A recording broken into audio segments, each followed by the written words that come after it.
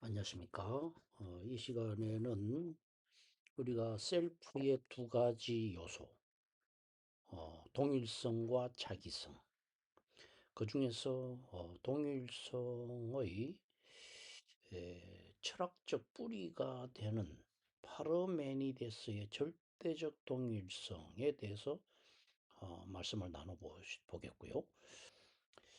어, 파르메니데스부터 플라톤에 이르는 고대 그리스 철학의 정점은 이 폴 리게르의 렌즈로 볼 때 동일성의 견고한 요새가 어떻게 흔들리고 또 자기성의 가능성이 싹텄는지를 보여주는 장대한 음, 드라마입니다. 오늘은 그 중에서 이제 파르메니데스의 동일성, 그 절대적 동일성인데 동일성의 절대적 감옥에 대해서 어, 한번 논해 보겠습니다. 파르메니데스의 유명한 명제가 있습니다. 이것은 철학을 모르시는 분이라도 언젠가는 한번 들어본 적이 있을 겁니다. 있는 것은 있고 없는 것은 없다. 라는 철학사에서 가장 완벽한 동일성의 선언이 있습니다. 어, 동일성, 라틴어로는 이뎀이고 영어로는 sameness죠. sameness. 동일성의 극단은 무엇이냐 하면 파르메니데스에게 있어서 존재라는 개념이 중요합니다. 동일성을 이해하는 데 있어 가지고 존재라는 것은 변하지 않는 것이죠. 시작도 끝도 없고 쪼개질 수도 없는 꽉 찬 이 구 같은 동그란 이 구 같은 그런 것을 말하는데 이것은 시간이 흘러도 변하지 않는 성질을 말합니다. 그래서 동일성이 바로 존재의 전부가 된 상태. 이것이 이제 동일성의 극단이죠. 그 다음에 이 자기성의 이 소멸이 있습니다. 폴 리게르적 의미에서의 자기성이라는 것은 자기됨인데 그 자기성은 시간 속에서의 변화와 타자와의 관계를 전제로 합니다. 그렇지만은 파르메니데스의 동일성 세계에서는 변화나 차이가 존재하지 않기 때문에 누군가에게 응답하거나 약속을 지킨다거나 하면서 이 자기를 형성해 가는 주체의 활동은 원천적으로 불가능합니다. 인간을 포함한 모든 존재는 오직 불변한 데이터로서만 존재할 뿐, 그 안에 어떤 사건도 일어날 수 없는 정지된 상태를 이야기를 하는 것입니다. 어, 이 파르메니데스의 이 절대적 동일성이라는 것은 있는 것은 있고 없는 것은 없다 하는 것인데 그 논리를 달리 말해 본다면 이 그림의 중간에 A 이꼴 A다 하는 겁니다. 이것보다 분명한 진리는 없습니다. A는 A일 뿐인 겁니다. 예, 파르메니데스에게 진리라는 것은 0.00001%의 오차도 없이 자기 자신과 똑같아야 하는 것입니다. 그래서 비존재를 거부하는 겁니다. 예, 비존재라는 것은 변하는 것인데 만약 무언가가 변한다면 그것은 있던 것이 없게 되거나 없던 것이 있게 되는 것입니다. 파르메니데스는 이를 논리적인 모순으로 보았습니다. 따라서 변화는 환상에 불과하고 오직 영원히 정지된 동일성만이 실제이자 진리라고 주장을 합니다. 이에 대해서 이제 폴 리케르라는 이 현대 철학자는 프랑스 철학자죠. 2005년에 이제 죽은 철학자인데 이 셀프의 아이덴티티, 이 자기 정체성의 관점에서 이제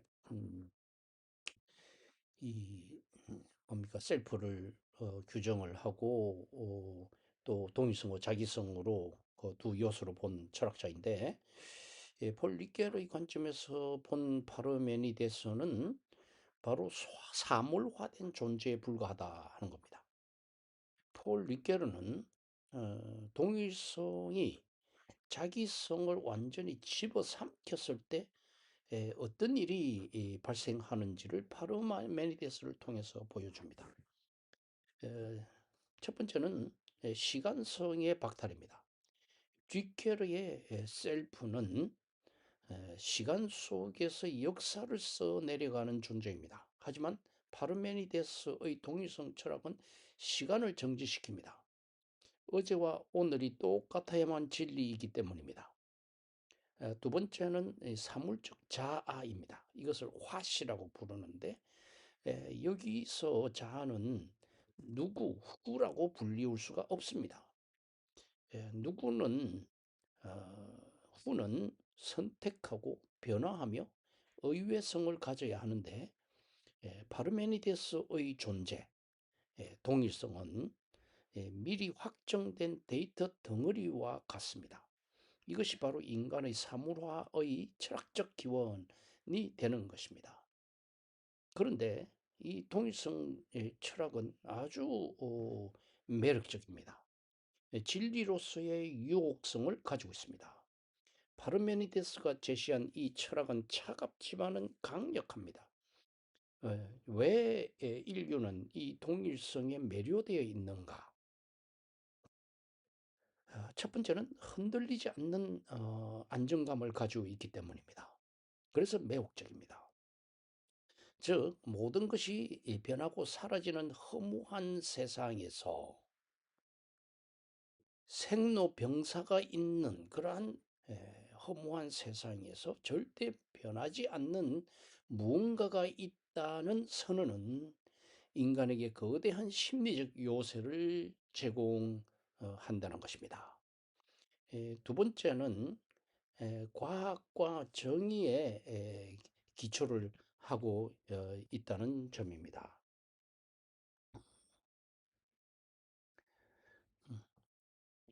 1 이꼴 1이라 하는 동일성의 법칙, A 이꼴 A라는 동일성의 법칙이 없다면 수학도 과학도 법 집행도 불가능하게 됩니다. 파르메니데스는 인간 이성이 기댈 수 있는 가장 단단한 바닥, 즉 논리적 동일성을 선물한 셈입니다. 동일성 철학에는 어두운 이면이 있습니다. 그것은 죽은 자아다 하는 겁니다. 폴 리케르의 눈으로 볼 때 파르메니데스의 성벽은 너무 견고하고 숨이 막힙니다. 예, 어떤 면에서 그러하냐 하면 첫 번째, 약속의 불가능성입니다. 폴 리케르에게 있어서 주체성의 정수는 약속입니다. 약속. 하지만 아무것도 변하지 않는 세계에서는 약속이 필요 없습니다. 어차피 오늘도 내일도 똑같을 것이기 때문입니다. 두 번째 어두운 이면은 응답의 부재입니다. 타자가 나를 불러도 나는 변할 수 없습니다. 나는 이미 꽉 찬 존재이기 때문입니다. 네. 결론은 파르메니데스의 동일성 철학 안에서 셀프는 살아 있지만 존재하지만 살아 있지 않습니다. 다시 말하겠습니다. 파르메니데스 동일성 철학 안에서 셀프는 존재는 하나 살아 있지 않습니다. 그것은 완벽하게 아름다운 조각상과 같으나 타인과 사랑을 나누거나 고통에 응답할 수 있는 무기질적 자아에 불과한 것입니다. 예, 여러분, 어제와 오늘이 똑같고 앞으로도 영원히 변치 않는 내가 있다면 그것은 축복일까요? 저주일까요?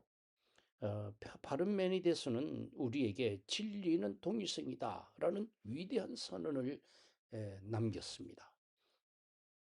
덕분에 우리는 흔들리지 않는 논리의 기초를 얻은 셈인 거죠. 하지만 폴 리게르는 경고합니다. 당신은 오직 변하지 않는 데이터로만 존재하려 한다면 당신은 살아있는 인격이 아니라 박제된 사물이 될 뿐이다라고 경고합니다. 과연 이 단단한 동일성의 감옥을 누가 처음 깨뜨렸을까요? 그것은 이제 스스로 붙인 사례라는 용어를 사용하면서 감행한 플라톤의 이 있습니다. 이 플라톤의 그 붙인 사례는 다음에 또 다루기로 하겠습니다. 그 다음에 우리는 일상 속에서 이 동일성이라는 것은 어떤 의미인가 하는 것을 우리가 살펴볼 필요가 있는데요. 어, 첫 번째는 음, 뭐 SNS 상에서의 프로필 같은 것입니다. 그것은 박제된 자다 하는 비극을 낳습니다.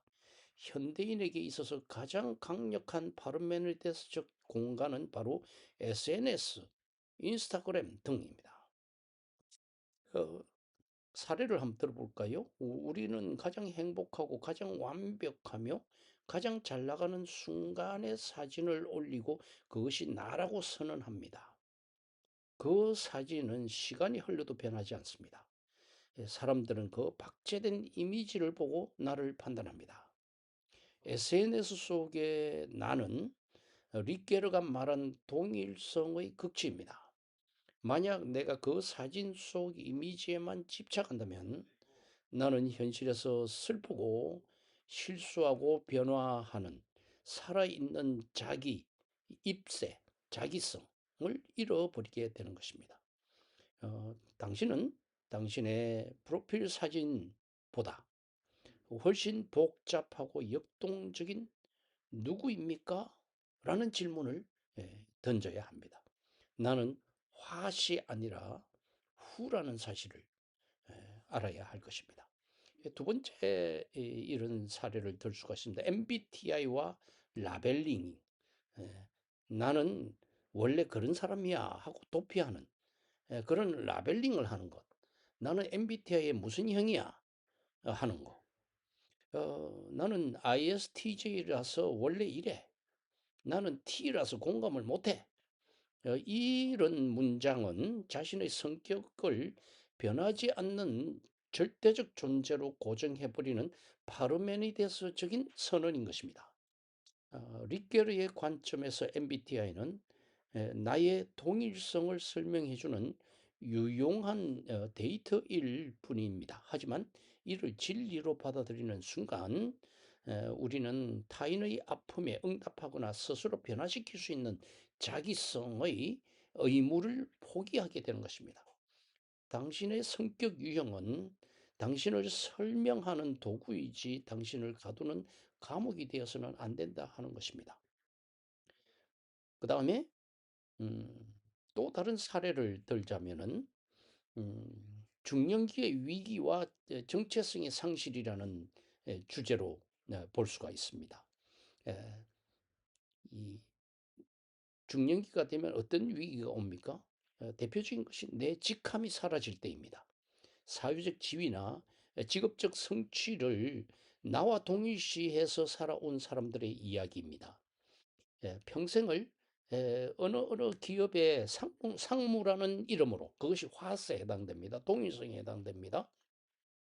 그런 이름으로 살아온 사람이 은퇴 후에 심각한 우울증에 빠집니다. 직함이라고 하는 동일성이 사라지자 나라고 하는 존재 자체가 없어졌다고 느끼는 것이죠. 음, 여기서 우리는 이런 교훈을 받을 수가 있습니다. 파르메니데스 식으로 지위 이꼴 나라고 믿으면 지위가 흔들릴 때 존재가 무너져 버립니다. 리케르는 이렇게 말합니다. 상무라는 직함은 사라져도 가족에게 신실하고 자신과 약속을 지키는 누구로서의 당신은 여전합니다. 이는 동일성의 성벽이 무너진 자리에서 비로소 참된 자기성이 시작되고 있음을 보여주고 있는 것입니다. 우리는 이 교훈을 이렇게 요약할 수 있습니다. 파르메니데스는 우리에게 정답을 주었지만 음, 리케르는 우리에게 생명을 주었습니다. 어, 여러분이 나는 원래 이래라고 말할 때 여러분은 스스로를 죽어 있는 사물로 만드는 것입니다. 진리는 변하지 않는 것이 있을지 모르지만 삶은 변화하는 나를 책임지는 데 있습니다. 당신을 증명하는 데이터를 믿지 마십시오. 당신이 오늘 고통 속에서도 지켜낸 그 약속 하나, 책임감을 가지고 뭔가를 끝까지 해내는 그 자신에 대한 약속, 누군가에 대한 약속을 지키는 것, 책임을 다하는 것, 이것이 당신이 사물이 아니라 인격임을 증명하고 있는 것입니다. 이 사례들을 제시할 때 파르메니데스의 불변의 존재를 현대에 확정된 데이터로 번역해 주는 해줄 때 뭐 해주고 있는 것입니다. 어, 만일 파르메니데스가 한 국가의 통치자이거나 또는 이제 가문의 가부장적인 가장이라고 가정한다면은 어떨까요? 리케르의 관점에서 볼 때 그 공동체는 동일성의 전체주의가 지배하는 숨막히는 공간이 될 것입니다. 그곳에서는 변화나 개성이나 성장이 모두 진리에 대한 반역으로 간주됩니다. 파르메니데스적인 권력자가 만드는 세상을 구체적인 시나리오로 우리는 이렇게 생각을 해볼 수가 있습니다. 첫 번째, 통치자 파르메니데스는 말하자면 파르메니데스가 통치자가 되었다면 역사가 멈춘 완벽한 국가를 운영할 것이다. 파르메니데스가 대통령이나 왕이 되었다면 그는 국가를 거대한 완벽한 박제로 만들 것입니다. 변화는 곧 타락이 되어 버립니다. 어제와 다른 정책은 오답이 되고 그는 법과 제도를 한번 정하면 영원히 바꾸지 않는 통치자가 될 것입니다. 사회적 개혁이나 변화를 요구하는 목소리는 존재하지 않는 것을 주장하는 미친 소리로 치부되고 탄압받기 일수일 것입니다. 그 다음에 통계와 데이터의 독재가 될 것입니다. 국민 개개인의 고유한 서사는 무시됩니다. 그 고유한 서사라는 것이 뭡니까? 나만의 고유한 이야기, 후에 관한 것입니다. 인격에 관한 것입니다. 오직 국가가 규정한 국민의 정의에 부합하는 데이터만이 인정되는 것입니다. 그 결과 리케르가 말하는 역사가 사라진 국가입니다. 국민들은 살아있는 시민이 아니라 국가라는 거대한 기계를 구성하는 부품으로 전락해 버리는 것입니다. 가부장적인 파르메니데스는 어떤 것일까요? 각본대로 살아야 하는 가족이 되는 것입니다. 파르메니데스가 한 가문의 가장이라면 그 집은 동일성의 감옥이 되어 버립니다. 우리 집안은 원래 이래. 이렇게 되면 이제 자녀의 개성이나 꿈은 중요하지 않습니다. 우리 가문은 대대로의 의사 집안이다라는 고정된 데이터가 자녀의 운명을 결정하는 경우가 있습니다. 그 중에 여러 형제 중에 아버지도 의사고 어머니도 의사인데 여러 형제들 중에 도다 의사가 되었는데 자녀들 중에 그 중에 하나가 예를 들어서 일반 직장인의 삶을 살아간다 그러면은 그 사람은 그 집안의 배신자가 되어 버리는 겁니다. 자녀가 새로운 길을 가려면 가장은 그것을 이 존재의 부정으로 받아들여 분노하게 됩니다. 또 대대로 어, 이 서울대 집안이 있습니다. 온 집안이 서울대인데 에, 예를 들어서 하나가 고대나 연대가 나왔다는 것에 분노의 대상이 되고 있는 그런 집안을 저는 본 적이 있습니다. 이건 그 집안에서 그런 정해진 각본대로 살아야 하는 그런 가족, 파르메니데스적인 그런 가족이라고 볼 수가 있습니다. 이런 곳에서는 약속이 없는 통제가 이루어지는 곳입니다. 리케르는 약속이라는 것을 주체의 핵심으로 보았습니다. 이런 집안에는 약속이 필요 없습니다. 음, 약속이라는 것은 뭡니까? 서로가 대등한 입장에서 서로 다짐하고 약속하고 그 약속을 지켜내고 하는 것이죠. 그런 것이 필요 없습니다. 오직 명령과 복종만 있을 뿐인 것입니다. 자녀가 저는 이런 사람이 되고 싶어요. 라고 말하는 주체적 응답은 철저하게 묵살될 수밖에 없습니다. 그리고 이런 집안에서는 정서적으로 텅 빔이 있습니다. 가족 구성원들은 가장이 정해놓은 완벽한 모습을 연기하느라 속은 텅 비게 됩니다. 이것이 바로 이 정서적 허기의 그 원인이 된다 하는 겁니다. 어, 현대인들에게 주는 교훈을 살펴보겠습니다. 첫 번째는 완벽함은 죽음의 다른 이름이다 하는 것입니다. 파르메니데스적인 통치자나 가장이 꿈꾸는 것은 완벽한, 변하지 않는 완벽한 질서입니다. 그것은 그 질서는 생명력이 거세된 상태라는 것입니다. 우리의 삶 속에서 나는 완벽해야 돼. 내 인생은 오차없이 흘러가야 돼. 라는 강박을 가질 때 우리는 자기 자신에게 파르메니데스적인 독재를 휘두르고 있는 것입니다. 두 번째는 너다움이 사라진 자리에는 라벨만 남게 됩니다. 권위적인 가장 밑에서 자녀는 인격이 아니라 가문의 명예를 위한 도구가 됩니다. 현대 사회에서 우리는 연봉이나 학벌이나 직함이라는 동일성에 목매는 이유는 우리 사회에 보이지 않는 통치자가 파르메니데스적 사고를 하고 있기 때문입니다. 여기서 통치자라는 것은 꼭 통치자일 필요는 없죠. 가장일 수도 있고 권위자일 수도 있겠죠. 세 번째는 이 진정한 권위는 변화를 수용할 때 생깁니다. 폴 리케르의 관점에서 볼 때 참된 아버지는 자녀에게 너는 이런 아이여야 해라고 강요하는 자가 아니라 자녀의 성장해 하며 변해가는 모습을 지켜보며 그와 새로운 약속을 맺는 자입니다. 마지막 멘트를 하겠습니다. 여러분의 내면에는 파르메니데스 같은 독재자가 살고 있지 않나요? 나는 이래야만 해. 내 인생에는 변수가 없어야 해. 나는 꼭 성공을 해야지. 실패는 없어야 돼. 이런 생각들은 스스로를 옥죄게 됩니다. 당신은 자신의 자기성을 사형시키고 있는 중인 것입니다. 파르메니데스가 다스리는 세상은 안전해 보이지만 숨이 막힙니다.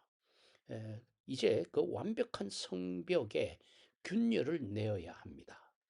그 균열을 통해 바로 비로소 나라고 하는, 후라고 하는, 나는 누구야 하고 주장할 수 있는 생명이 숨을 쉴 수 있게 될 것입니다.